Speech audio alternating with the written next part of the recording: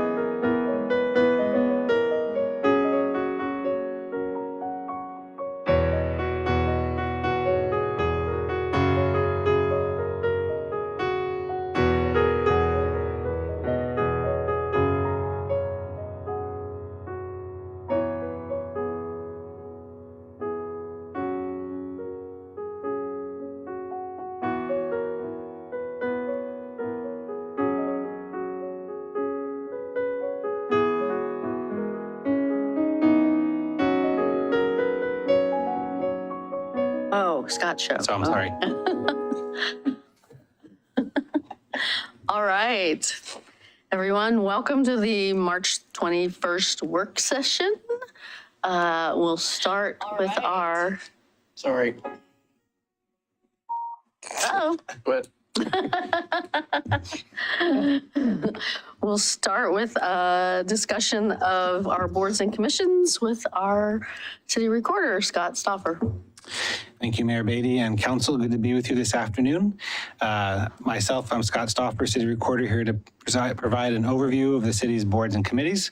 And joining me to supplement and help make sure I don't forget things is our Deputy City Recorder, Nicole Madigan. And I just want to say at the start here that I could not function and our office could not function without everything that Nicole does. So thank you, Nicole, an amazing team, and the front desk folks at City Hall. We are served by some amazing colleagues up front who take care of the needs of the people of Milwaukee every single day. So thank you to Mary and Joyce and Corinne as well. So with that, we will launch in.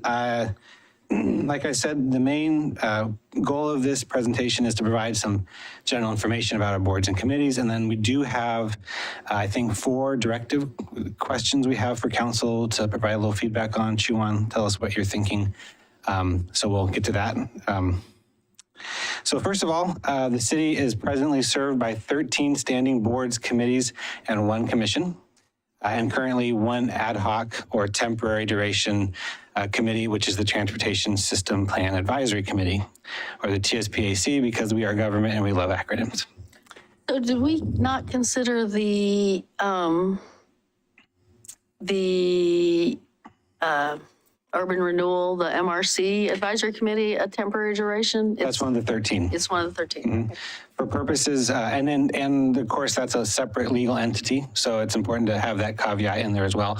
But for logistical purposes, the MRC and the MRC CAC are 2 of the 13 included in here. And so it was in the staff report, but off to the right here is a listing of our boards and committees, the 13 standing ones. And I always think it's interesting to note when they were established, and the Budget Committee is the oldest one of note standing, and the Planning Commission is second. And because I'm also a history person, this is not to say these are all the committees that the city's ever had. The report mentioned a few of them, but there have been a number of committees over time dealing with traffic safety issues, different things that were important to the committee. But the one I always find fascinating that had several different iterations was our boxing committee. We had a boxing and wrestling committee at several times. That was a big part of who Milwaukee was in the beginning of the 20th century. So not an active current committee though. So yeah. Was it on the lot across the street? That's right. Where the boxing arena was? Yeah, okay. Yeah. Not to go down too much of a rabbit hole, and somebody pull me back if I do too much, but in the 1890s when the trolley train, the interurban trains came, Milwaukee was a hub because not far from here they had what they called Gulf Junction near Waverly, where you could continue down the electric light rail line to Oregon City or take a left and head east to all the way to Estacada on the spring water. So they thought, let's put basically a station here. They built a big brick car barn is what they called it. And that's when the trolleys were active and they needed that. They were stationed here, they were repaired here. We have pictures of some of the equipment that was housed there. At some point by mid 20th century, that went away. And the Mullen family, Leonard Mullen, who's named as one of our mayors on the plaque there, took ownership of it. That family continues to own a garage in the area. That's the Olson brothers, who now relocated. They were originally on that lot and they relocated down the street. All that to say, yes, there was a huge barn across the street, brick building, that once the trolley stopped being used in it to be repaired and all that, it was a boxing arena. And Greg Heemer can tell you some of the fascinating stories about some of the folks who brought very talented Jack Dempsey and some other big names came to Milwaukee and boxed. And such to the point where in the recent history lecture I gave on city council, council not only created a boxing committee, but they felt the need to deputize a number of members of the city council and staff to help control the boxing crowds for limited duration weekends, such as one in like November 1919 or something like that. So anyway. Wow. Boxing featured prominently 100 years ago here. So those are our 13, not the boxing committee, but those are our 13 standing committees. The general goal of our boards and committees is to advise the city council on various aspects of running a city and a community life, from the arts committee to the budget, equity steering, the library, urban renewal, planning commission, public safety, and tree board. And as our discussion about boxing just a minute ago suggested, the needs of the community change over time, and council has responded accordingly. So they advise council. They do that generally through the development and execution of work plans that include various projects, programs that they help underscore. A prime example of something that came up through the Public Safety Advisory Committee was SAFE, the SAFE program. That there were some community players, Safe Routes to Schools at the Linwood Elementary School community were very interested in that kind of work, and the Public Safety Advisory Committee became the focal point of that. And then through a series of years, a plan was put together and it came up the ranks and council approved it, and now it's off and running as a program. So that's one example. The tree board has been doing a lot of work around the tree program, the tree code development. Some of you guys might remember that. But those are just examples of some of the work that our boards and committees do. And we are served very well by 80 plus volunteers who serve on all these other committees. I think we're closer to 90 now with some of the equity, with TSPAC, that was a big one. So probably over 100 volunteers on these boards and committees. And as council is familiar, but for the good of the order, these are all volunteers. As I mentioned, there's an application process that we have that folks apply. There's an interview process. We've moved the last couple of years to an annual interview process. They're interviewed and then appointed by council. The city charter, much as many other city charters do, leaves the power to nominate these volunteers in the mayor's hands. The mayor nominates, and much like the U.S. Senate for presidential appointments, the council confirms. So the way that's played out is, as I suggested, there's been an application process and an interview process. Is the best practice that most cities implement that charter directive. But at the end of the day, it is the mayor's process. And in the 10 years that I've been with the city, we have seen changes at the direction of the mayor to how that process has functioned. And we can talk about that if council has questions, but it's more or less operated as an application process. And then, of course, Nicole and I would be nowhere if we did not have the help of our 12, 13, actually probably more than that, because some administrative specialists are involved in supporting staff support for these boards and committees. Every single board and committee is assigned a staff liaison, and it depends on the nature of the board or committee's work, determines where that staff person sits. A lot of the planning commission has planning staff, of course. The DLC, Design Landmark Committee, has a planning staff.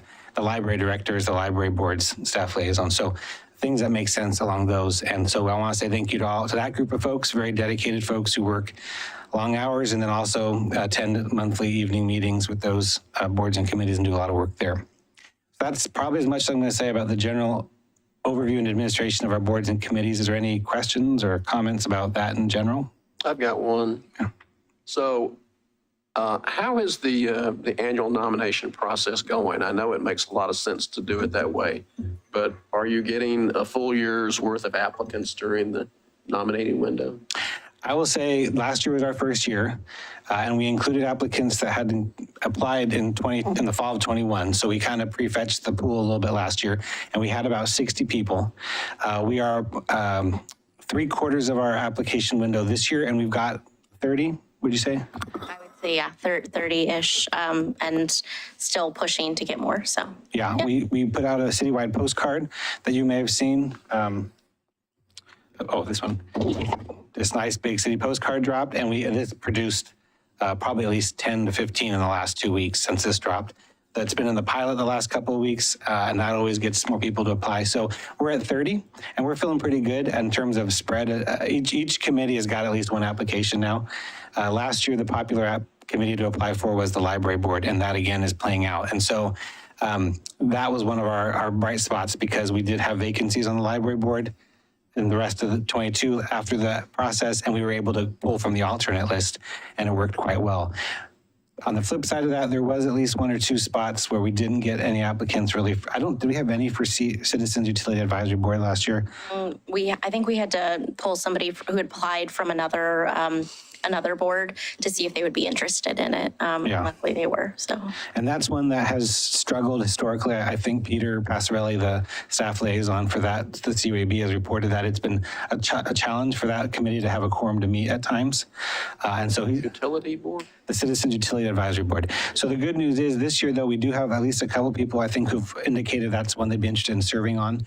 So at this point, with about a couple weeks to go before we close on April 1st, we're feeling pretty good. We've got 30 applications, which will be a full interview process, which we'll talk about here in a minute for council and staff to go through here in the next couple months. So we're feeling good where we are. There's room for more people. If anyone's listening, please apply, MilwaukeeOregon.gov/BC.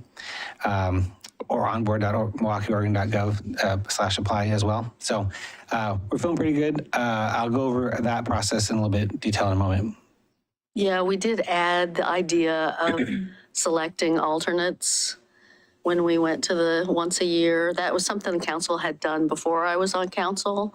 When I was on planning commission, we had that process of interviewing and selecting and having an alternate.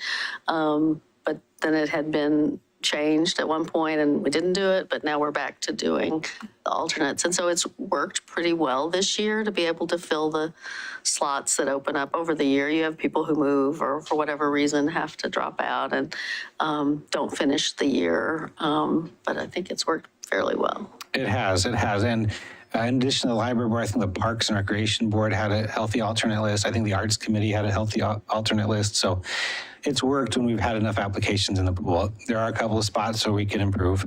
I think the Design Landmark Committee might be another one. But generally, it seems to be working. And so we're hopeful that this is going to be another good year. I'll say too, it also gave us a contact list to reach out to for this year. Everybody who had applied and was an alternate, I emailed and was like, hey, apply again. So.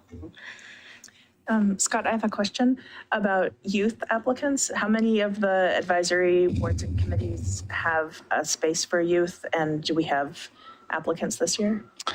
We, at the last go of it, when I reported to council about a year ago, we agreed to, initially we had identified 7 of the boards and committees to have 2 youth positions. That didn't pan out so well, so we decided to narrow it down to just 3. Arts Committee, Library Board, and Park and Recreation Board. And at that time, a year ago, we still had 2 of the original youth members on those boards and committees. Unfortunately, despite best efforts of Nicole and I and some others to actually go to the school, to reach out to our principals, we have no youth applications. We've received no youth applications actually since that first batch back in the fall of early 2020. I don't know. Well, one of my recommendations that I'll ask for council feedback on in a minute is perhaps to end that program at this time. A year ago, I reported to council that we were struggling to get people to apply, and we thought we'd give it another year. And it just has not panned out. So unfortunately, I have to report that we have no youth applications, but there are, at this moment, 6 positions, 2 on arts, 2 on library, and 2 on parks. And I am great with this conversation continuing, but may I ask that we finish the presentation, because a number of these things are actually later in the presentation for Scott, and I just want to get him through the presentation, then we'll take comment. Does that work? Okay. Is that okay? Mm-hmm. Okay. Thank you. Okay. Moving on. So we were asked to make sure that we provided you with a good, as good as we can, a picture of where we are with our vacancies. So if you include the TSPAC, we have around 100 board and committee positions. Current vacancies on all of those boards and committees are 7. 1 on arts, 1 on budget committee, 1 on the public safety advisory committee, 2 on the CUAB, and 2 on tree board. So that's the current vacancies. One of the other things we have to look at every year is our terms expire, and all of our terms across the boards and committees, as council is familiar, are staggered. So we don't have every board and committee position up every year, but every year, every June 30th, we have a third of them, or whatever the percentage is. This year we have 39 terms ending at the end of June, asterisks. Of those, 14 have already indicated that they'd like to be reappointed. So it has been council's standing practice that if you're a current board or committee member in good standing, which means you've attended the meetings and there's been no issues, and you're chugging along, you're doing the work of the committee, that if you're open to being reappointed, council will not worry about having you apply again. Council won't worry about interviewing again. We'll just basically reappoint you. That's been the standing directive from council. And so we've proceeded in that way this year.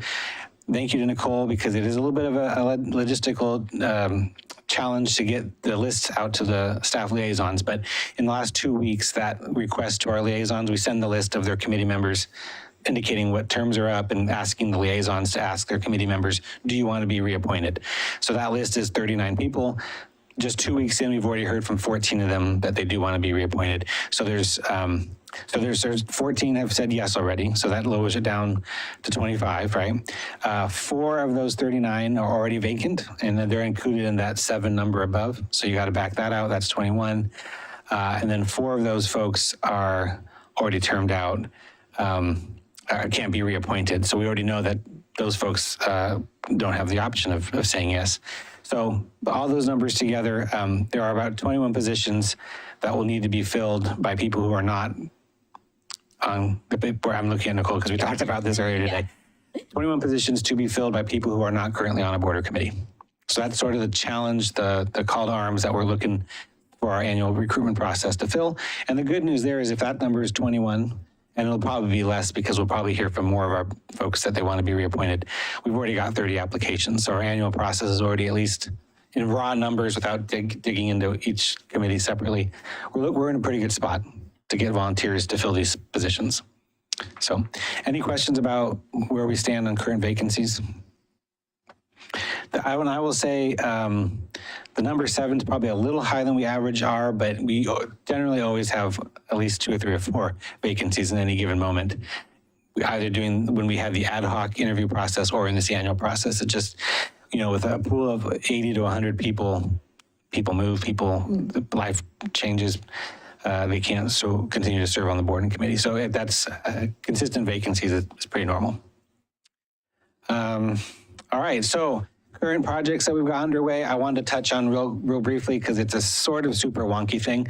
But about 3 years ago, council approved a new bylaws template for our boards and committees to streamline, to make sure all the bylaws, which are the operating rules for each of our boards and committees, are the same, or at least they're similarly laid out. The library board zipped right through before Katie Newell retired last year. She made sure that the library boards were up to date, and so one is done. And I've heard consistently from 3 other boards and committees that it's being worked on. So I expect in the next year, council will see. The way we're having them do it is each board and committee has an annual review update with the council. I anticipate that a couple of these board and committees will bring these bylaw templates to your attention at those annual reviews. You'll weigh in, you'll tell them if you want to tweak anything. And then at if council is good with it, at a follow-up meeting on a consent agenda, council would approve those new bylaws. So it's a little bit of a process, kind of familiar with how other things function through council approval process. But so bylaws are underway. We knew it would take a few years. As hard as it is for me to believe, bylaws are not everyone's favorite thing to talk about. So they're working on it. And then the other one we touched on a little bit, we're in the middle or 3/4 through or just starting our annual recruitment process. 3/4 way through the application window. We started accepting February 1st. We've got about 30 in the door already. We're going to stop on April 1. Then there's generally a 2-part process that we're going to undertake. And we did this last year. Unfortunately, we didn't think about doing the spark hire thing until we'd already kind of set the date, which is too late. So this year, we're avoiding that. We have an earlier single application due date of April 1st.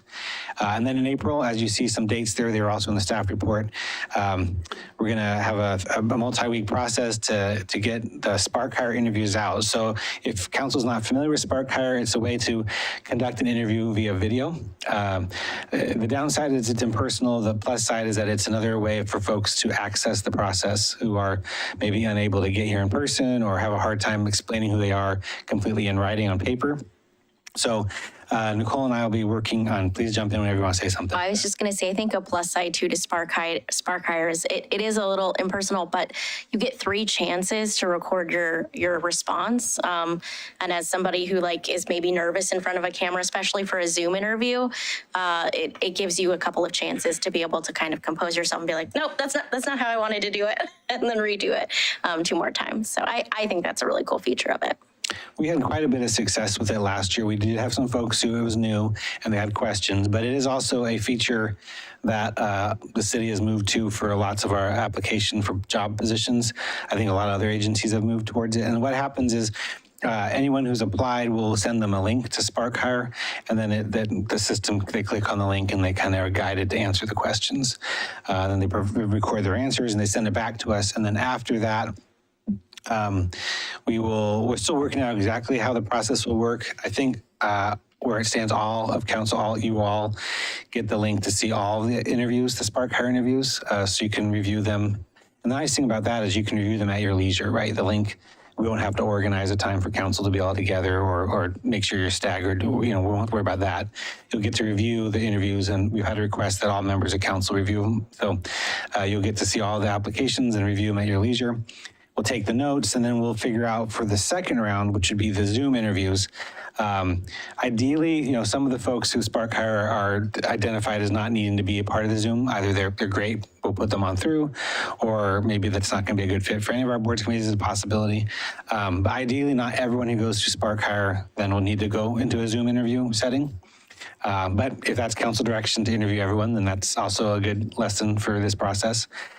So the second round would be Zoom interviews, and we'd set that up. We'd schedule probably not a whole day. Last year we did a whole day, all the Zoom interviews on one whole day, and we heard, even though no one person stayed in it from 8 to 5, it was still a long day on Zoom. So we're looking at, we would work with your guys' schedules in May to figure out maybe a couple of evenings on a Saturday morning or some combination of that. And we'd figure out who the panels are, because then you'd be meeting and we couldn't have more than 2 council members present on a panel at any given time. So we have to figure that schedule out, but we got to know the Zoom numbers and the boards and committees and how that plays out. So first round, Spark Hire, and in just a minute, I'm going to ask for feedback on the Spark Hire questions. Second round will be Zoom. And then as a result of those 2 rounds, we are hopeful that we'll have lists of people to propose to council to fill the vacancies, both current and the ones coming as of June 30th, and then a healthy list of alternates that we can tap on throughout the rest of the year. So that's the ultimate goal. Two tranches in there. It's a lot of me talking. Did I miss anything, Nicole? I was just going to say the panels will also, besides all of you wonderful people, it'll also include the staff liaison for the border committee and the chair. So. Yep.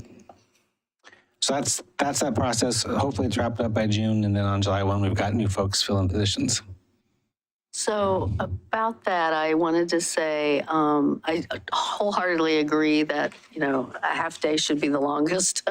Because, it was kind of grueling last year. And I also intend to do a lot, if not all of them, myself. So I do want to break them up. I also suggested to Scott that we put the committees that have the most applicants first, so probably library, because we did draw from those applicants who weren't chosen for the library last year. That was one I did, where we interviewed them. We asked them their interest in serving on some of the other committees that didn't have a full complement. So I do think it makes sense to put whichever committees have the most applicants first, so that we can have those non-selected people in mind to fill, applicants on slots on other committees or serve as alternates if we need them. And sometimes they say no. Usually they say yes, I'm be happy to serve, but sometimes they're really not interested in whatever the other committee is. Yeah. So did I hear you correctly? And they'll do a Spark Hire thing first and then a secondary interview? Because last year it was either or, if I remember correctly. And I struggled with that because folks had 12 minutes in Spark Hire and then they had 15 minutes on Zoom, and there was no equity in that. So yeah, that was a big issue last year. And then we didn't think about using Spark Hire until we'd already put out there the May 16th deadline. And so we kind of had to scramble to then include in Spark Hire. But this year, it's one deadline for everyone, and everyone who applies will be included in the Spark Hire round. And the Spark Hire is going to be different this year. Last year, we tranched it out by committee. This year, everyone's going to get the same 3 questions, and it's going to be general questions that weren't necessarily already asked on the application, but general questions so that everybody, regardless of which board or committee they applied for, will get that same questions. And that's prompted a little bit because last year, I think we came away thinking it wasn't super necessary to have the Spark Hire interview round tranched out by committee. Also, we've had an administrative change in terms of how many seats we have in Spark Hire since last year. This year, we only have the capability of sending 1 link out at a time to as many people as apply, but only one set of questions. So one deadline this year, everyone's going to be invited to Spark Hire. And then at what point will we decide who we're we'll all get the Spark Hire links after they're done? And at what point will we decide, are we interviewing everybody? Are we interviewing people based on, are we giving number ratings? Yep. I don't know if we fleshed that out from last year yet, but that's the goal. After Spark Hire, you're all going to have some sort of notes, some sort of ranking. You'll send them to us. We did that last year. We got ranking back from the Spark Hire, and we'll compare it and we'll see how things stack up. And so as you're going through, you and the staff liaisons and the chairs, when you're going through them, if someone's a clear, oh yes, let's just put it on, I'd be comfortable putting them right on, or yeah, let's definitely Zoom interview them. Maybe that's what we'd have on the form, like, do you want a Zoom interview? Do you not? Can skip Zoom? Basically, after Spark Hire round, we'll take all your notes and see where things shake out. And the good thing about having these dedicated months, April and May, if I need to grab 5 or 10 minutes of your time on an agenda to kind of, I don't know if we want to do that on air. Anyway, there's going to be more time to figure that out, and we're going to do it based on your Spark Hire notes. And the Spark Hire will be viewed also by the staff liaison and the chair? Yep. Okay. Chair, liaison, and council. Is this the space to talk about for example, with some of the Spark Hire videos, people just answered the question, right? And I heard feedback like they didn't go into depth more. And, I just want people to realize sometimes people don't do that is their comfort zone is answering the question, and let's not hold that against them. Because I did hear feedback like, oh, they just, took 1 minute to answer the question and they should have taken the whole 3 minutes. I don't think that we should be judging whether the length of time, on what they said, focus on what they said, not how long they said it for. Sure. Because we could miss out on somebody who's really great only because they answered the question, right? And they were direct with answering the question. So. Yeah, absolutely. That's a good note. And whenever you're involved in the interview process, in person, on Zoom, and Spark Hire, people have different cadences, different thought processes. And one of the downsides of Spark Hire is you don't get to probe that a little bit, which is so if someone, that could be a flag. If I were watching a Spark Hire interview and I wanted to know more, that could be a flag. I definitely want to have them come in to do a Zoom interview to do some follow-up. But no, I think that's a good reminder for everyone. Some folks are more efficient with their words than others. And I have obviously failed. So I've been trying to get staff to get through a presentation entirely before I do Q&A. And I didn't tell you that in advance. So that is on me. So I am actually going to ask Scott to go back to talk to Councilor Savignard's question about the youth committees, just to make sure we address that, because I had interrupted there, but I haven't interrupted elsewhere. And then we'll get through the rest of the slides. Go for it. I'm sorry, Scott. No, you're great. No, we're all doing it. So this is, I'm just trying to get better about flow of information. When we do planning commission discussions, we're really good about getting through the presentation and then asking Q&A. We were going to try it. We have failed tonight at doing it. So I just want to make sure everybody gets the right information. So would you mind addressing the youth piece of this? Thanks. Okay.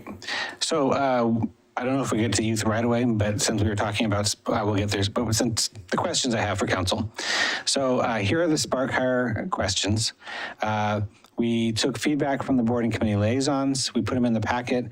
We also compared it to what is already being asked on the application. And sometimes it's really easy to fall into creating questions that are already asked, like, why are you interested in this board and committee? So how do you tease some of that stuff out without being repetitive to what you already have written a response to? So question 1, what prompted you to want to volunteer? And is there a particular issue or event that made you want to volunteer? Question 2, what values or personal characteristics do you think board or committee members must possess? And question 3, if war, disease, and hunger did not exist and you had the power to change the world, what would you change? So they're sort of open-ended. They are meant to get beyond just the stuff on the application, and they are by no means what we have to go with. So this is staff legitimately wants to hear what council thinks of these, and if we should scrap them or do something else. I'm fine with 1 and 2. 3 is a little bit weird. Okay. And maybe the question's already on the application, but I was thinking that maybe that question could be something like, is there something you'd like to see in the city, or like, along those lines? But I think that question might be on the application already. So maybe we just go with those 2 questions unless somebody, I struggle with number 3. I mean, it sounds, That was my question, Counselor Nicodemus. So I take offense. No, I'm not offended. I was just trying to think of things of like really broad, right? Like Yeah. I really want people like reach deep within and get to know somebody, and it's hard to do in that like video format. But I'm totally fine. We can scrap it. I'm sorry. No, it's totally fine. Strike everything I said from the beginning. We do have a max of 3. I don't think we have to do 3. We could do 2. Well, I mean, maybe other people have other ideas for a different third question too. Well, I've got a comment on question 2, is that I guess I would like to see it a little bit more direct, and that's not a big change. And I would just think, what value or personal characteristics do you bring to the committee that would be valuable, rather than this sort of generic must possess, and sort of make it more personal. I think that gets at sorry, go ahead. No, go ahead. Well, I was trying to figure out what wasn't quite sitting with me about that question. And I think it has to do with values or personal characteristics that an individual feels would be a value add versus that are like valued in society, and they might, I guess, I'd like to think a little bit more about how we can bring more of an equity lens into that. That's actually what I was going to bring up. Number 2 in the packet says, how would you, as a board or committee member, support the city's commitment to equity, inclusion, and justice? It's not that question. That question is included in the application. Okay. And that was one of, when I did the survey last year with the participants that did the Spark Hire, one of the complaints was, you're asking us the same questions you've already asked in the or in the application. So we were trying to move away from those questions. Is that question on the application for everybody? Everybody, yeah. Not just the equity committee? Okay. Yeah. That's why I said I was fine with number 2. I'm not gonna lie. I didn't read the question that was up there. I was going on based on what I saw in the packet. see. That's why I said I was okay with the first 2. Sure. Yeah, I feel like some of the things that may come up for some applicants would not be the same that would come up for others. And when we think about things that, I think have been traditionally valued in a job interview, like punctuality and attention to detail and all of these sorts of things that are really kind of grounded in white supremacy. So I'd like to rework that second question. This is amazing feedback. Sincerely appreciate it. Maybe we've got time because it's only March and we won't give Spark Hire out for a couple of weeks after April. So if you have time to think on it and you want to send me ideas, ideas, workshop it. Wordsmith at workshop it. Drop us an email in the next couple of days. Well, maybe till it's fresh, and we can go from there. Does that work? Okay. Really, really good feedback. We super appreciate that. Yeah. Next question, assuming nobody else had anything on that part. Okay. So we have council and staff have talked about, and we have actually changed the BC, the board and committee term end date recently. Just the beginning of 2022, council passed an ordinance moving all term end dates to June 30th. One of the challenges of that, and there's a reason for that, the primary reason is that there are two committees whose term end dates have to be June 30th. That is the Budget Committee by state law, because that's when the fiscal year's end, and the Public Safety Advisory Committee, because the neighborhood district associations nominate 7 of that committee's positions. They do that at their May, June elections. And so we have new nominees for council to consider appointing about that time of year. And so they start July 1.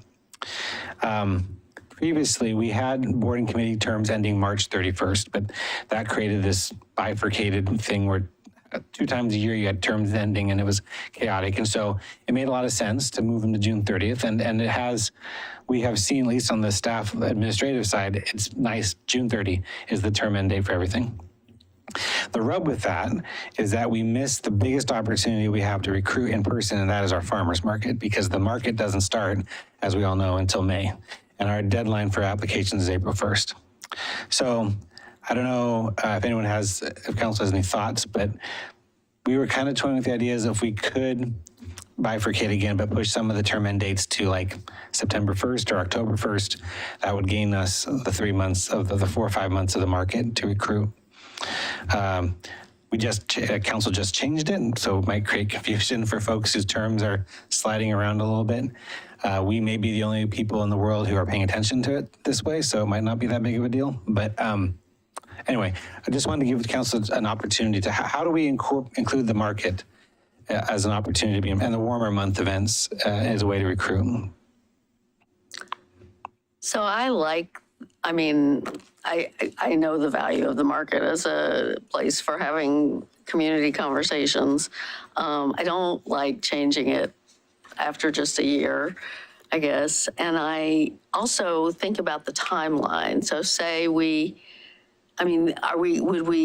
moving that, would we be in the position of applications or interviews in August, or which is, a lot of people on vacation, or September, which is back to school with its own issues. So I don't know that there's any great time. And I guess I'd be inclined to leave it the way it is for now and let it run a couple more years and maybe consider it. I would agree with that.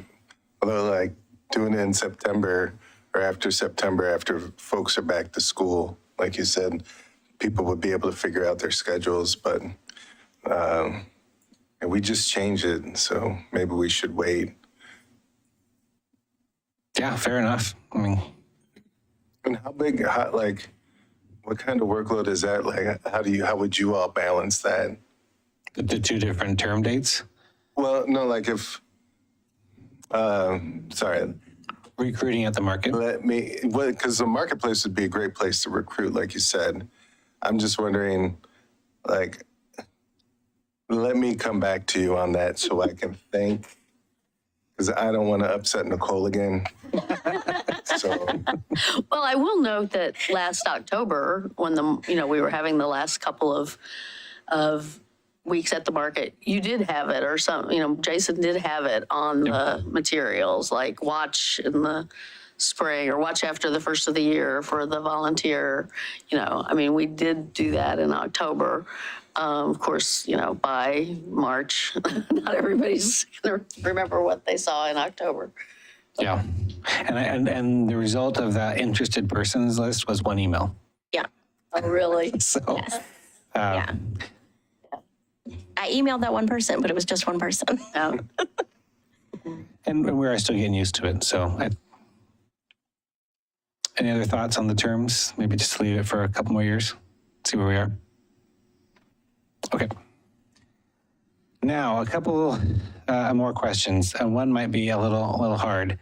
We started in 2019 with very high ideals, I think, and it saw some good initial feedback. We had a pool of youth applicants just before that little thing called the pandemic. We did get 6 youth members appointed to our boards and committees. And I think 3 of them attended regularly and were productive members of their committees. I think this was a little bit before my time, but from my understanding, I think there was actually more than 6. But the one who was appointed to the DLC didn't work out, I think. Is that It might right? have been bigger. You're right. There was a group, we started off with trying to get 14 youth members on 7 committees, 2 each. We didn't get near 14, but it might have been 6, 7, or 8.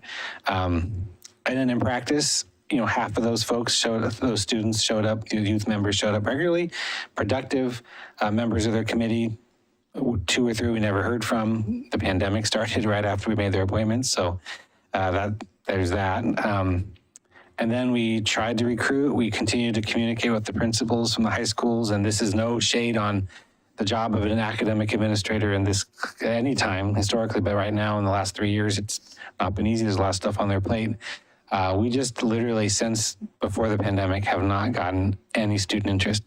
We went and tabled. John Hennington went and tabled. We've mentioned it at a number of fairs and places we've been. We've handed out cards and stickers and Flyers, packets. flyers.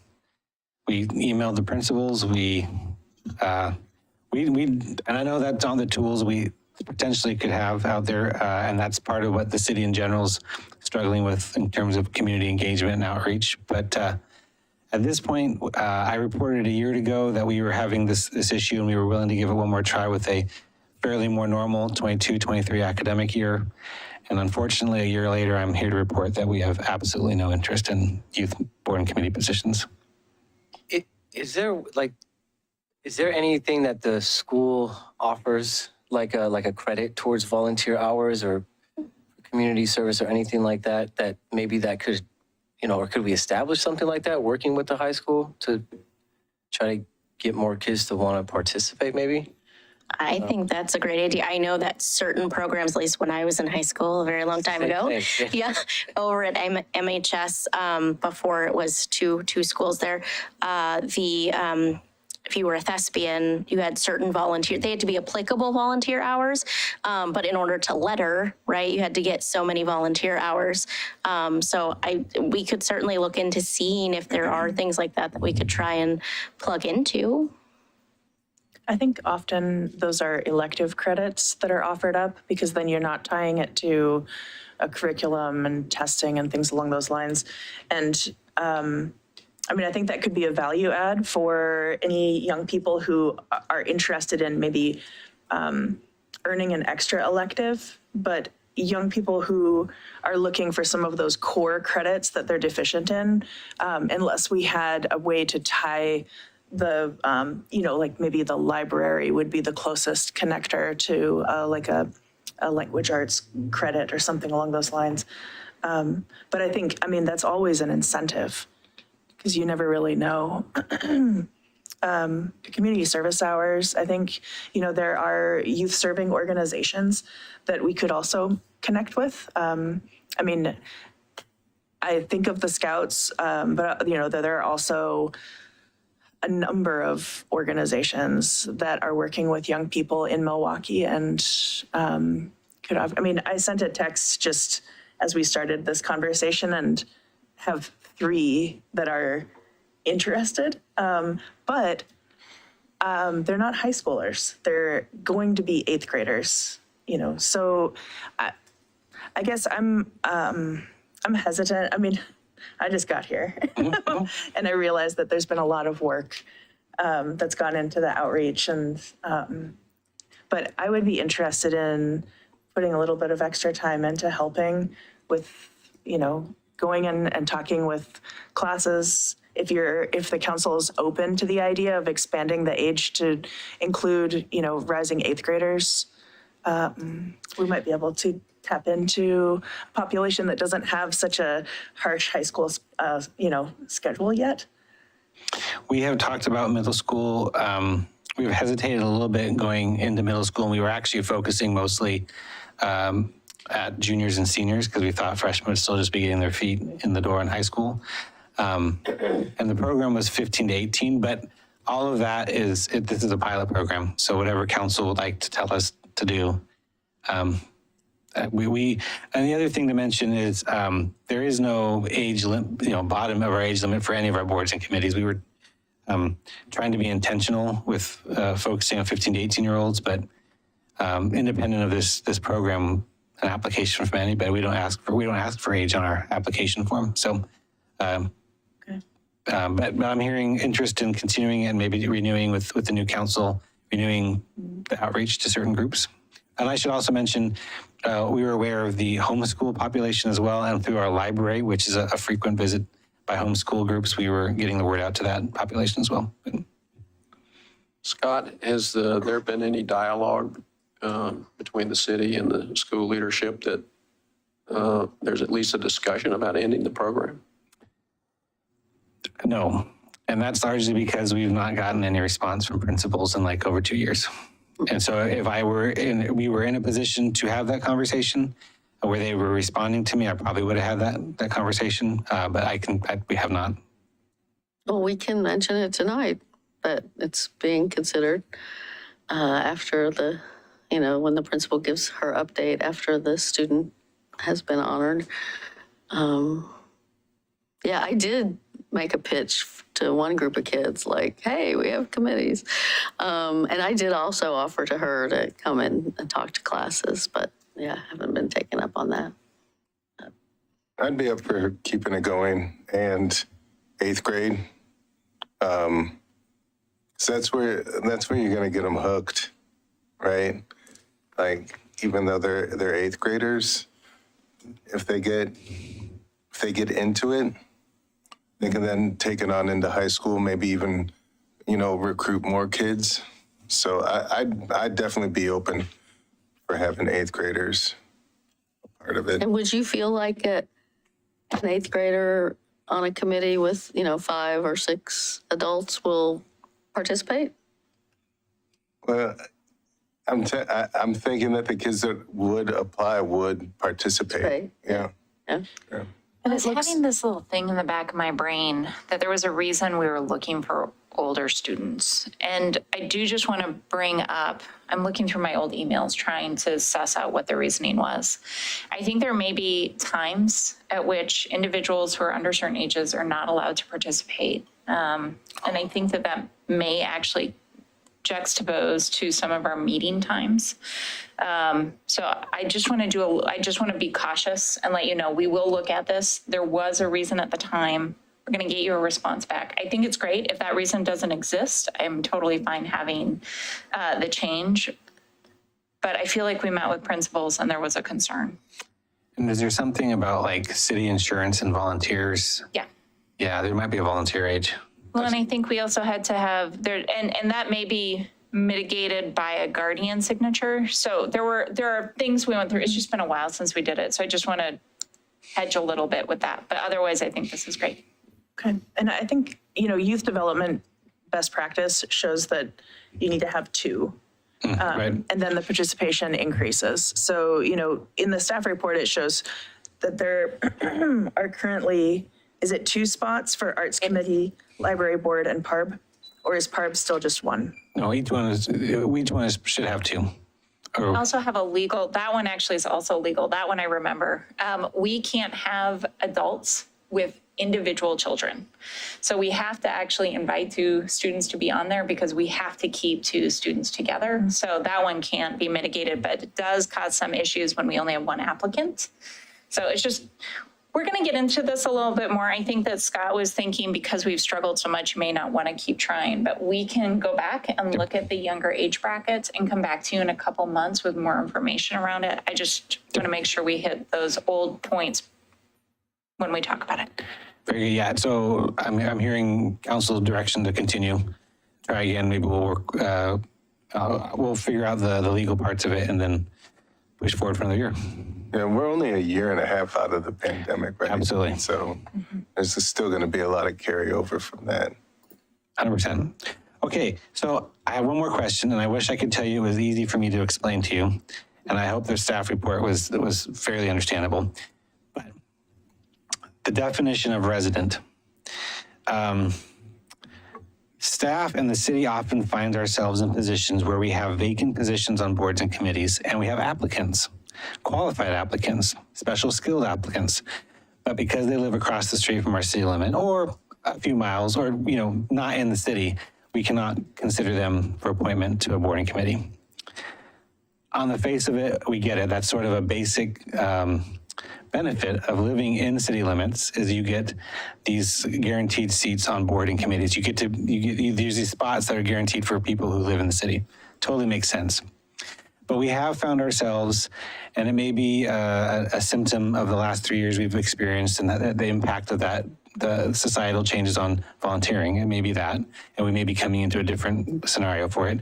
But we have found ourselves, Anne and Nicole and I and Peter in some moments and other staff liaisons like, oh, we have these great candidates, but because they don't live in the city and we've already got our number of non-resident members allowed on the committee filled, we can't consider them. So we've been kind of chewing on it, and we looked in the municipal code, and there is no definition of resident specific to this section of the code, but also generally there's not any real resident definition. So our thought was, if council's interested, we could put a definition of resident into the code in the section Title 2 of the code, and we could potentially structure the definition of a resident to give us an ability to consider these folks who are not strictly speaking residents of the city, but in other ways, and I think I spelled it out a little bit in the staff report, they have lived here for their whole lives. They just moved across the street. They wanted to move to Milwaukie, but they didn't realize where the city limit was. I mean, there are these extenuating circumstances. So I can honestly say staff is great either way. And the council has, in the last few years, kind of taken both positions, like wanting to preserve the residency requirement in some cases, but then also creating non-resident positions for the first time ever on the Parks Board a couple years ago. So we honestly, this is sort of a really wonky question. It's a code definition add. It could be a really simple answer, but then it could also give us another ability to appoint folks who are qualified who just happen to not live in the city limits to be on our boards and committees. I was just going to say, there are some boards, like the budget committee, obviously, where we have to have residents. But then there are boards like PARB or library where it helps to have people, who are not residents because we're reaching outside of those limits with those services. But the library district. And we definitely, there's one person who's sticking out in my mind who really wanted to be on a board, and we had vacancies on those boards and we really wanted to be able to plug them in, but they literally lived 2 houses outside of the city limits. And I was like, oh, can we convince you onto something else? And they did end up luckily getting on another board, but. Well, so we've had for years that the planning commission can have 2 people who are not city residents, and we changed that for the PARB. Are those the only 2 that we allow non-city residents, or do we have others? All of them except the budget committee by law, and then the redevelopment commission, which is you folks, and you have to be residents of the city. Actually, every other single board and committee has resident positions or can have non-resident positions. And do they now, or is it not clear? No, all of them. All of them specify they can have a certain number. Most of them, I think most of the phrasing is must have a majority member, resident membership. So personally, I like that. I think we should prioritize city residents, and we should, there are lots of things, we want, I think if people want to be part of the city, then talk to talk to the people who are talking about annexing, or talking to people planning. Well, yeah, talking about incorporating to their own city. But I do think we should preserve the majority of seats for Milwaukie residents. I do, personally. But I do think we need the flexibility to let every committee have some amount of, I'd go for a 1/3 rule or something, rather than changing this definition. I would just say, if we need to make it clearer that other committees can have, some number, then let's do it that way. I'm a bit conflicted over this, and I agree with the mayor on this, that I think that, we should prioritize to some extent, residents and everything like that. But I will tell you, my own experience when I chaired the planning commission is that we had two non-resident members who had, unique skills and were very valuable members of the planning commission. And when we were in a recruitment process, we found a person who not only had unique skills, but was from an underrepresented group. And it was just disheartening when we ended the interview with that person had just moved outside of Milwaukee. It was like, darn. And so that's why I'm conflicted, because we were really interested that we found this person with unique skill set and from an underrepresented group and everything like that. Just couldn't bring the person aboard. So I'm conflicted. I don't have an answer, but and I'm also concerned about. I mean, even if we go this route and I'd be real careful about having another definition of a resident. Yes, I think that's a slippery slope. And even if we go this route, I would come up with some other name, because I think a resident is pretty. I mean, if you ask who's a resident, I think most people will say somebody lives inside the city limits. And in practice, I think that is generally how we've approached it, somebody who lives in city limits. Yeah. But again, it's not in the code. I know people who have the post office delivers to Milwaukie, Oregon 97222, and they're not residents of Milwaukee. I mean, it's just kind of this, crazy overlay that we have of the unincorporated areas and the postal zones and all that other kind of stuff.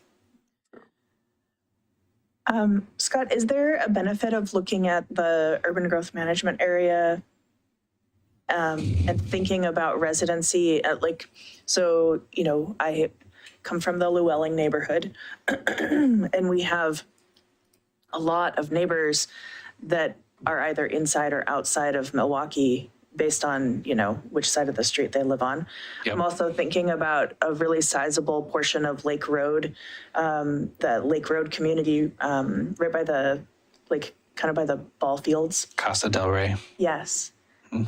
Where there's identification of being a Milwaukee resident, but they're not actually. So when I'm looking at the map of the UGMA, since we love acronyms so much, I'm wondering if we could consider,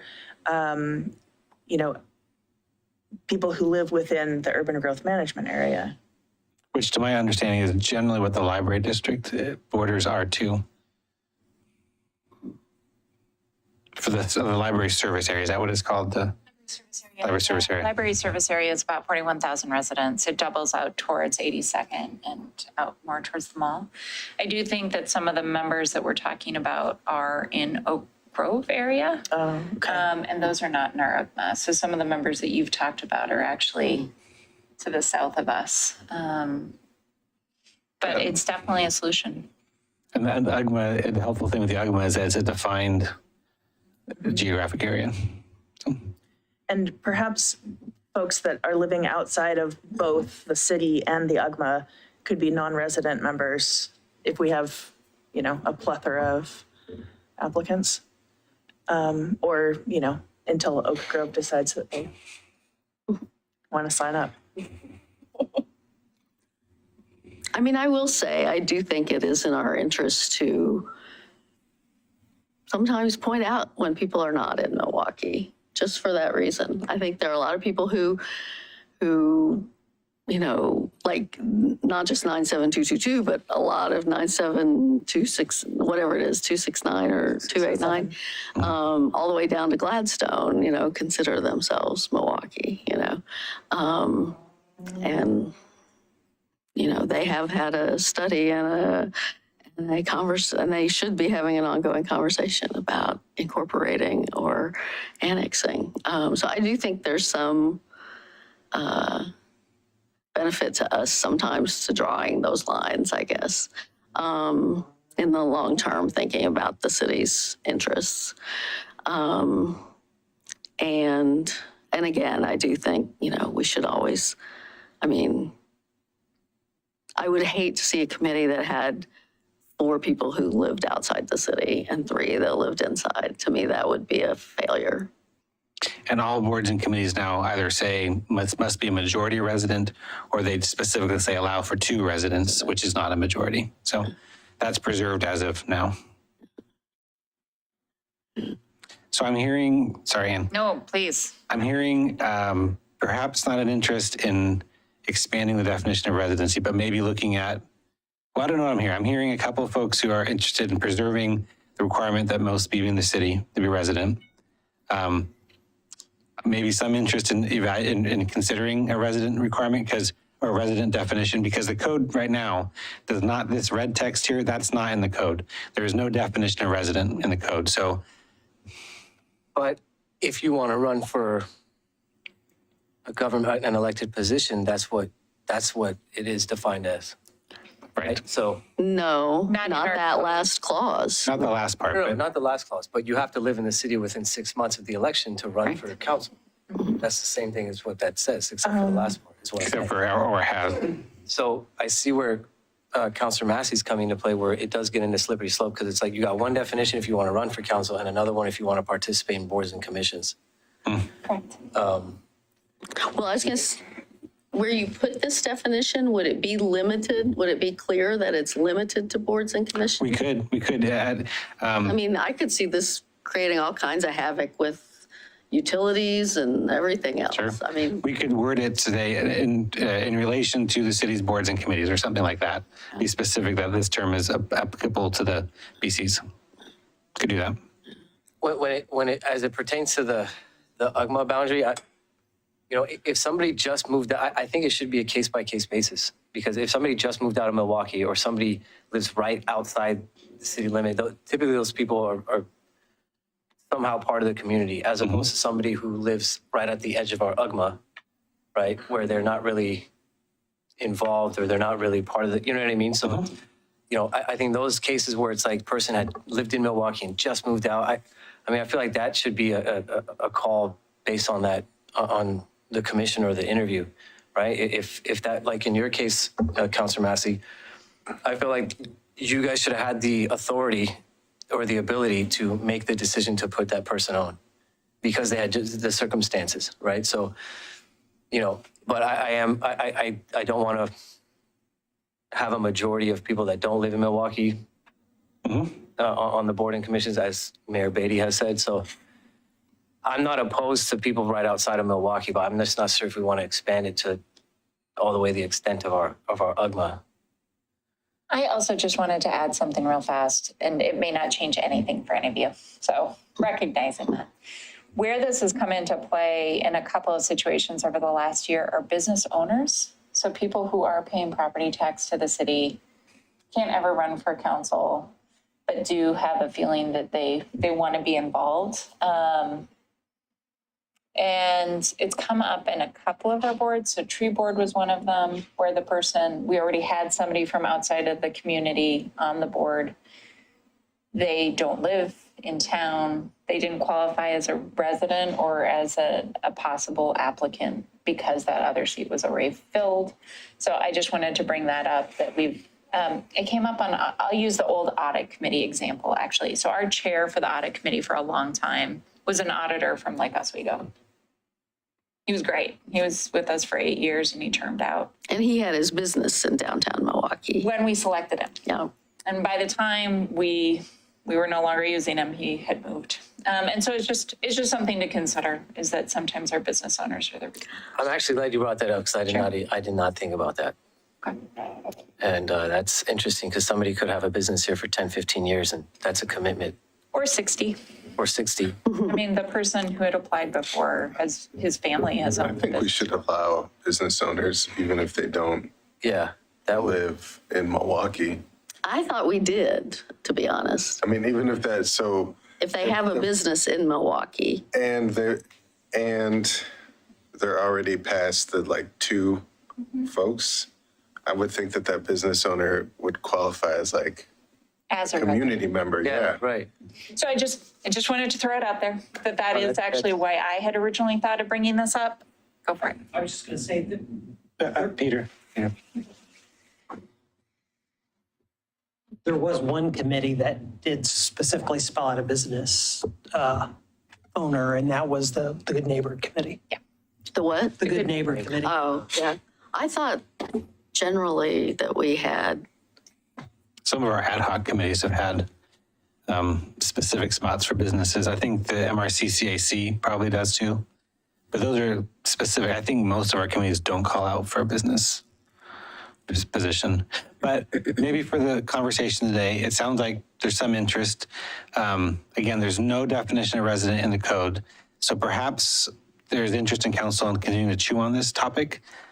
I can bring it back in a couple of months and just give time to that topic. I'm all for that, Scott. I just got to reiterate, I think the definition of resident, people know what the definition of resident is, and they don't have to look at our code, okay? And so if we want to have some special category, I mean, think up another word. I just don't think it's resident. Well, and resident can stay, we can add one for a business owner I don't, if you all want. it can be to. special participant. I just think resident is just a known definition, and I just don't want to muddy that water. Sure. What if we were to actually just call it out as applicants and then have a list of, qualifies? ways that you could qualify as an applicant for these boards and committees, and then we just avoid the resident definition altogether? I like it. We'll noodle on it. If you have any thoughts you'd like to email directly offline, send them to me. We'll put it on the agenda for later this summer, this fall maybe, and we'll come back to it. Well, and I guess my only concern is you all are about to post a whole bunch of applications. So if you want small business, or these are typically small business owners, so people who know you all really well, who you talk to often, who are interested in serving, it's not usually the head of Blunt. So we may just want to make sure that if you're okay with small business owners applying for these boards and committees, that we're on the application saying that we're comfortable now. I'm comfortable with that. Okay. Mayor, do you have concerns? no, I don't have concerns over adding business owners whose business is in Milwaukee, no. Okay. I do have concerns over that more broad definition. And I guess what I'd like to know before we, agonize too much over this is how many of our boards and committees are up against their max? When we're going into this, when you did your calculation of the 21, how many of those are seats on? I know Planning Commission has 2, and if neither one of them's term limited out, Tree board has then they're 2 going to be maxed, but Planning Commission is set for another 4 years. with its 2. with its 2? Yeah. Oh, That is- one of them's been on for more than 4 years. No? Okay. We can do a little Yeah, bit I of was that. gonna say, I can get that count and email it to you guys this week. Yeah. And we can maybe if we can find, I know the council agenda is filling up before council's asked to make appointments in June, but maybe we'll find some time to try to bring this back in the next couple months. Okay. Anything else on this for the moment? I just wanted to go back to the questions. We're going to be taking any edits back to Scott. Is that right? Is that The question, the Oh, for the question. Spark Hire? Yeah. Yeah. If you have questions for that, let me know. Otherwise, I wanted to make a pitch. Everyone, tell your friends, apply for board and committee. If members of council would like to take some of these postcards or posters, or there's larger size posters, and help us spread them around the community as you go about your business on a daily basis, please take some as you leave today. They're over there on the table. So with that, I think, Before we walk away, does anyone have any different questions? Just to make sure. If there's any, are we good with questions? Are you okay just sending your edits to Scott? You good? Well, Third question, right? he solicited questions. I know. New questions. He did solicit new questions, and I'm just making sure that if somebody wants to add a new question. Well, I have a suggested question that, it kind of goes along, you want me to just read this so that? Yeah. Okay. So this would go back to question number 2 and kind of reworking it a little bit. And this is not a proposed final by any means. What qualities do you think are important for someone to have when serving on an advisory committee? How do you ensure that these qualities do not unintentionally support harmful cultural norms or perpetuate inequities? Which gives them a chance to respond in specific, examples, but also reflect on the culture that we want to have embodied in boards and committees. So maybe that's a starting point for conversation. Well noted. Thank you.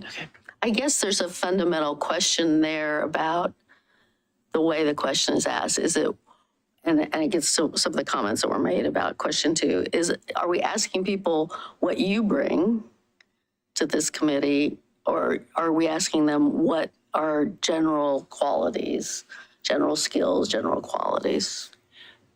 I would welcome any friendly amendments in either direction of the audience for the question, but I feel really strongly about including a statement about how traditionally valued traits can reinforce inequities and systemic oppression. So however that is worded, I'm happy to. I'm happy to work with you because that's Okay. that's a pretty long question. Yeah. And trying to work it down to where, yeah. Perfect. Yep. Now I think you're good. Okay. Thank you. And then I will stop sharing, and if you want to move on to the next item. Yeah, the next item is supposed to be our legislative. Thank you, but we Nicole. also have I don't know how much people have for the legislative. We also do have an executive session, so if we needed to, we could put this back into the regular meeting if we wanted more time for the executive session. I don't know. Yeah, we moved it up here in that effort to try to save the end of the night. I can go through the slides real quick, and I did receive 2 letters, drafted letters that the group could potentially review at this point, but Okay. I guess go ahead. should we go ahead? Okay. So real quick, we haven't reached the next deadline yet. April 4th is the deadline for bills to have been in a work session and the originating in one of the chambers. So there's a lot of activity going on, and thanks to some of our staff colleagues and to members of council, our tracking list has gotten pretty long. It's not thousands, thank you. It's not everything the legislature is working on, but here in order of the date that something's happening, here's the legislation that's moving. 3 things had hearings or their 3rd reading today. Ranked choice voting, personnel records, state housing study requirement. Coming up later this week, we've got the photo radar one. I think it would allow cities to have photo radar, affordable housing loan. And a lot of this is my shorthand, so forgive me if you're not sure which bills I'm really referring to, but affordable housing loans, SDCs, and the AMI, which I believe that's one that Joseph Brilio put on the council's radar. Digital public notices, urban housing development variances, and then aligning the Department of Education, the TSPC, that has a hearing coming up this week. And then next week, there's all this coming up. Early childhood funding, tenant amount for increasing, tenant amounts for landlord terminations. I think Councilor Stavigny put that one on the list. Freezes for tax value for certain new residential developments. They have hearings.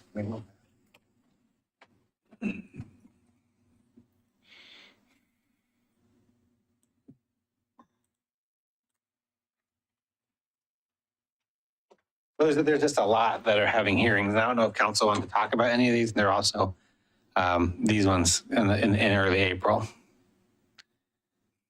Yeah, I looked at one today where I can't even remember what the bill was, but there had originally been like 6 bills scheduled for the hearing, and they've gone down to 2, and they've struck the other 4. And I don't know if that means the other 4 are now dead, or there still could be another hearing called before April 4th. But April 4th is kind of the big due. date, and we'll have one more meeting on April 2nd. Or no, on April 4th. That's our last, so we will not have another meeting before their deadline. I mean, that doesn't mean you can't weigh in, when it goes to the floor or whatever, but certainly the impact can be greater if you get in earlier in this hearing process. So these are the bills that have something happening in the next couple of weeks. And then there were also 2 letters. So I don't know if council wants to move to looking at the proposed letters or. I don't know. Do people want to do this now? Do people want to do this later in the regular meeting and move to I'm okay either way. Yeah, I'm fine either way.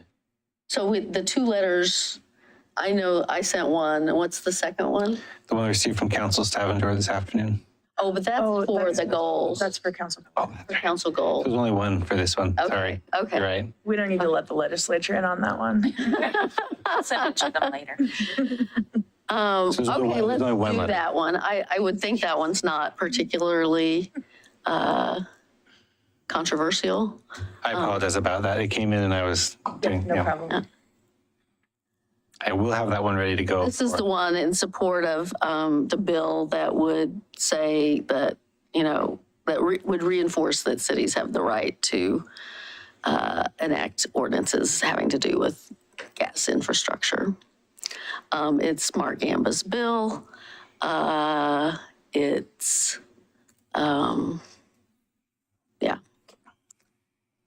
just a letter asking the committee to vote it forward and send it to the floor. I can support this letter.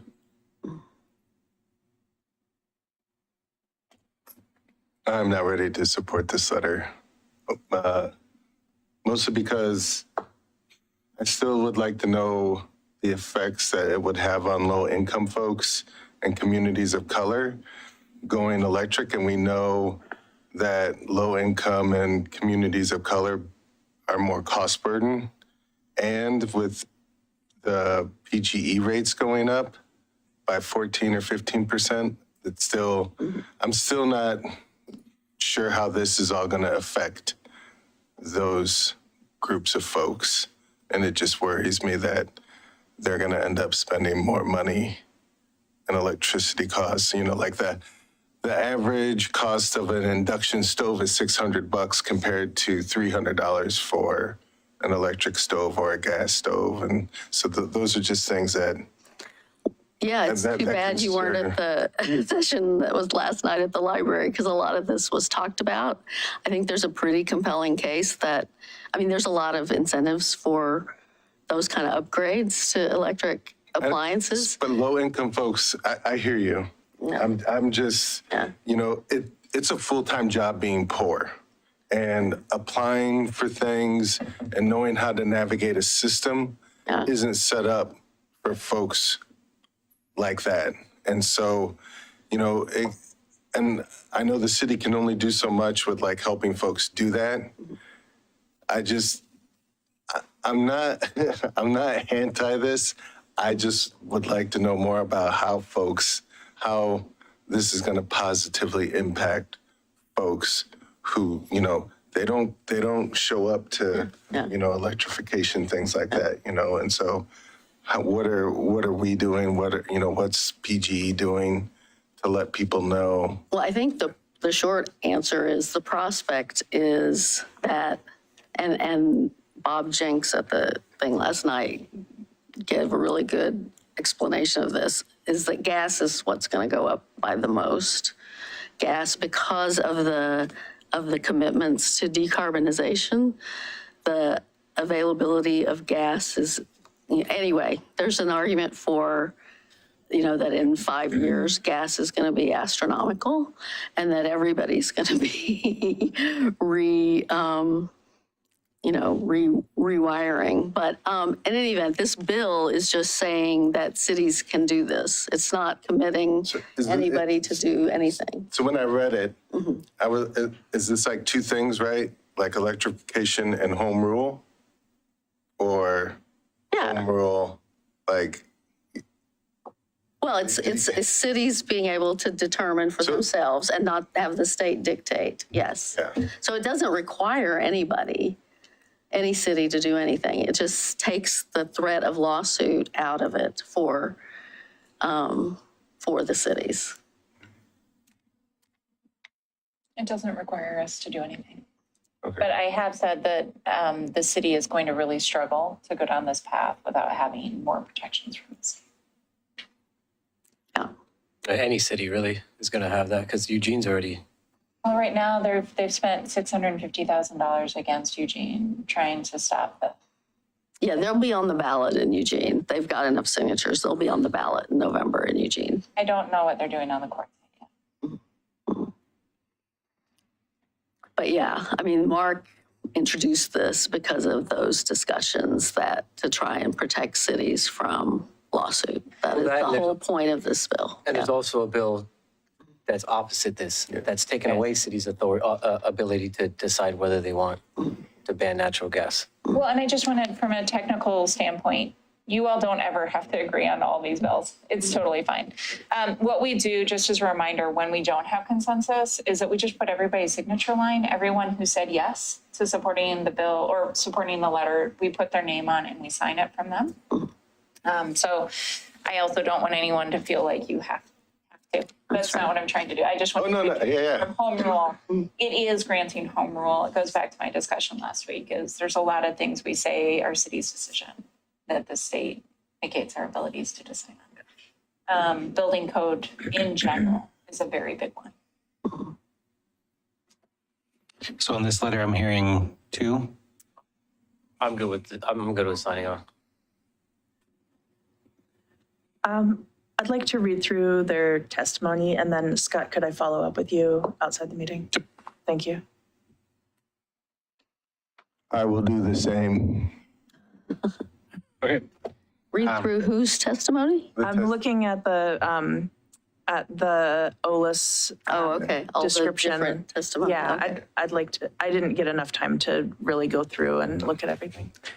So I will wait to hear from Council President Nicodemus and Councilor Stavignord and then format the letter. And then based on what you two indicate to me, I will put the names on accordingly. Yeah, the hearing isn't till next week, so it's not one where we're up against a deadline on, having to get it in within 48 hours or whatever. So, That sounds good to me, Mr. Stoffer. Thank you, Council President. All right. And I think if there's somebody else had other legislative items, I think that's all we had. well, I mean, there's a ton of stuff going on there, and there's a ton of stuff we should be worried about, frankly. There's a lot of these unfunded mandates being considered in the housing sphere. I think there's a lot of stuff that will put pressure on us. I'm hoping that there are voices out there of reason that are going to be heard in the legislature the next couple of weeks, because I am concerned, and I'm sorry to not be here to go testify on some of them myself. Yeah. There is actually another bill that was actually having a hearing tonight. It's the statewide ban on flavored tobacco. I'm actually curious about that one too. I don't know what the number is, but. So just to jump in on that one real fast, historically, the council has expressed concerns. If you all wanted to do a letter against flavored tobacco being sold, you could have that discussion right now. And then Councilor Kazarabadi, if you wanted to come up with a letter, you could proceed with a letter just based on the general vote of the council that you're supportive of a letter going forward. So however you want to handle that, it's really up to you. I know that you didn't have time to look at that tonight. And I don't know what the timing is of that legislation. So if you wanted to, you can talk about that too. Does that make sense? So we've had this debate of whether or not you have to have the actual language of the letter or if a general direction works. We've done both at the council in the past.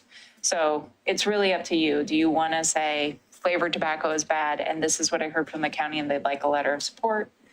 Or do you want to wait until we're all back and have that discussion? I was going to say, when we discussed it a year or two ago, it was about the county doing something, because Washington County had done it, and then Washington County had gotten sued.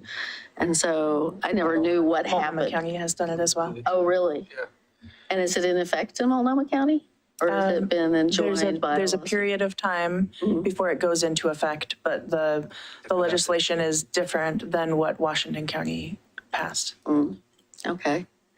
So let's just bring it back for another meeting. It sounds like there's more nuance if you want to do a little more digging. But there is a national trend on this one where every state is jumping on board because the federal government has been unable to take a unified voice. Because the federal government has what? They've been unable, they haven't had the legislative prowess to be able to pass legislation through the House and the Senate.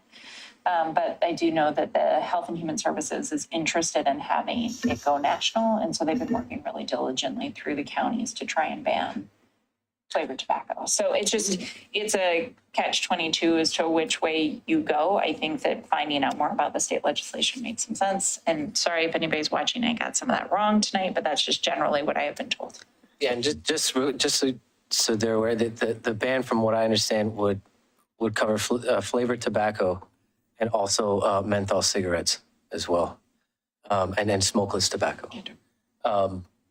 What it doesn't do, though, is it doesn't put in a proximity measure to where it prevents them from putting smoke shops within a certain distance of schools. That's what it's missing, which I think it should include. But yeah, I mean, I'm fine with coming back to it because the testimony is actually tonight, so the hearings. Actually, I'm seeing a work session. Public hearing is tonight, work session for the 29th. What's the bill number? 3090. And I will tell you, this is all over Facebook. Like, they're buying Facebook ads. I haven't seen any other state legislation being like sponsored things on Facebook, but this one is. And I found it, interesting. So there's some well-funded group behind, in support. Tobacco? Well-funded? Okay. No, it wouldn't be tobacco, right? It would be. I guess. I do think that there's also federal money coming into this. There's been what? Federal and county money going into trying to ban it. But sounds like it's too late anyway. Councilor Casarabati, if you decide you want to bring it back at a future meeting, that'd be great. Thank you. Yeah. Are there any other topics? I know the mayor's going to be not available to look at the various forecasters of different pieces of legislation. So I think that this is more just a call that she won't be looking at them for the next several days. Yeah, and the LOC is not having their call this week. I will probably, anyway. So, it does feel like this is this is a kind of a critical juncture, and it's falling on spring break. It's kind of interesting. There will still be opportunities to weigh in April, I'm sure. But there's a lot moving fast right now, so, no. Okay, we good?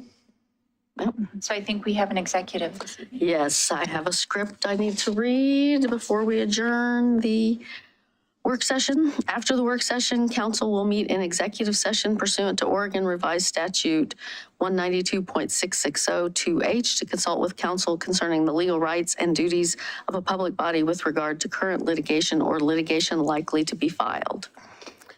Representatives of the news media and designated staff may attend executive sessions. All other members of the audience are asked to leave the room. I don't guess I really have to read this. We don't have any representatives or other people in the room. No decision may be made in executive session. Okay. We are adjourned from the work session. Thank you.